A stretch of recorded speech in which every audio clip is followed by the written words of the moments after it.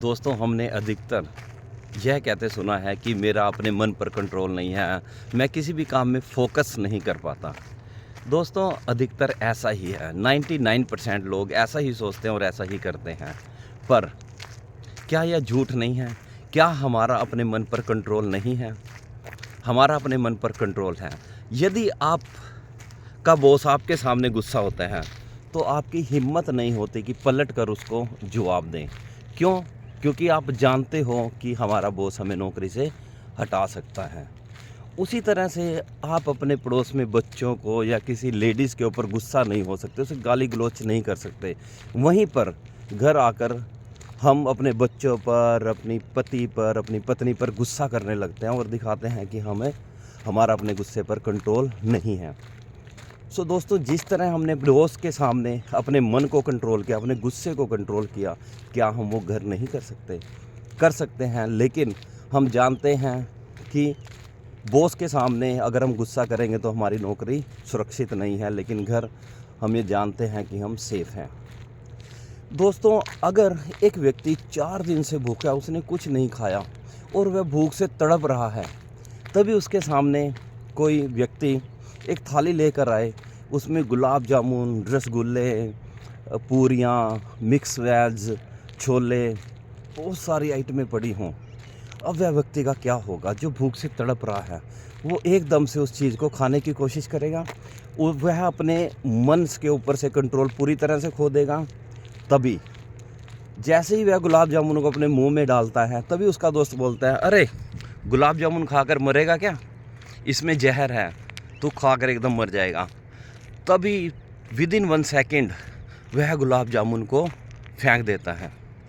जो व्यक्ति 4 दिन से भूखा था, जैसे उसे पता चला कि इसके अंदर जहर है, वह साथ ही अपने मन को कंट्रोल कर उस गुलाब जामुन को फेंक देता है। तो क्या उसने अपने मन को कंट्रोल नहीं किया? दोस्तों, मन के साथ हम दिन रात युद्ध कर रहे हैं, लड़ रहे हैं। ये तो वैसी ही बात हुई जैसे कि अपनी ही परछाई के साथ युद्ध करना, जैसे अपनी ही परछाई के ऊपर तलवार निकाल लेनी। इसमें क्या परछाई को कुछ नुकसान होगा? क्या परछाई को खून आएगा? नहीं, उल्टा हम ही थक कर बैठ जाएंगे। सो दोस्तों, हमने अपने मन के साथ लड़ना नहीं है, हमने सिर्फ अपने मन को जानना है, अपने मन को समझना है। क्योंकि जब हम अपने मन को जानने लगते हैं, समझने लगते हैं, तो हम इसके ऊपर कंट्रोल करने लगते हैं। दोस्तों, एक बार इलोन मस्क से इंटरव्यू लेने वाले ने पूछा कि क्या चीज़ है जिससे कि आप एक ही काम पर फोकस करते हो, अपने मन को पूरी तरह से कंट्रोल कर लेते हो? तब इलोन मस्क ने बहुत ही शानदार उत्तर दिया। इलोन मस्क ने कहा कि मैं आपकी बात समझा नहीं।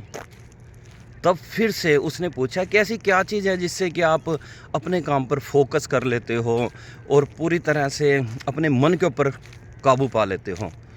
तब इलोन मस्क ने एक बार फिर कहा, सॉरी, मैं आपकी बात अभी भी नहीं समझा। इलोन मस्क ने कहा कि इसमें मोटिवेशन की क्या ज़रूरत है, मन के ऊपर कंट्रोल करने की क्या ज़रूरत है? कि जो काम मैंने करना है वो काम मैंने करना है। सिंपल सी बात है। अगर आपने कोई योजना बनाई है, प्लान बनाया है, बस सिंपली उसके ऊपर काम करना है। अगर आपने सोचा है कि सुबह जल्दी उठना है, तो सिर्फ इसमें मन के साथ लड़ने वाली क्या बात है? हम अपने मन के साथ लड़ रहे हैं, तलवारें उठाई हुई हैं, क्या अपनी ही परछाई के साथ हम लड़ रहे हैं? सो दोस्तों, जैसे भगवान श्री कृष्ण जी की वो तस्वीर आपने देखी है जिसमें भगवान श्री कृष्ण जी सारथी के रूप में बैठे हैं और 5 घोड़े और उनको लगाम से भगवान श्री कृष्ण जी ने कंट्रोल किया हुआ है और पीछे अर्जुन बैठे हुए हैं।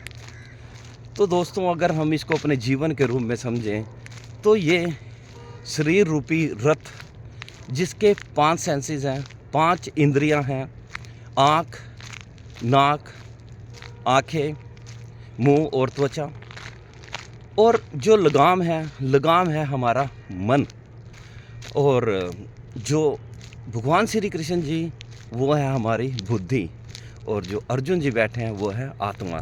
तो हम अपनी बुद्धि के द्वारा इस लगाम को, इस मन को कंट्रोल कर सकते हैं। और वो मन कंट्रोल करेगा हमारी 5 सेंसेस को, 5 इंद्रियों को, जो कि हमें एक अच्छे रास्ते पर भी ले जा सकती हैं अगर हम इंद्रियों को कंट्रोल करें, और वो हमें गलत रास्ते पर भी ले जा सकती हैं।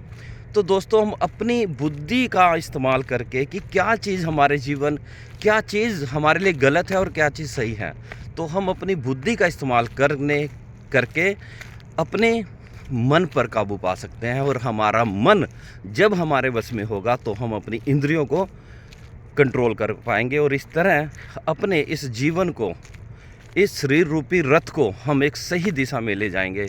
सो दोस्तों, आज के लिए इतना ही। कल फिर मिलेंगे इसी जोश के साथ, इसी उत्साह के साथ और किसी नए टॉपिक के साथ। तब तक के लिए धन्यवाद। Thank you.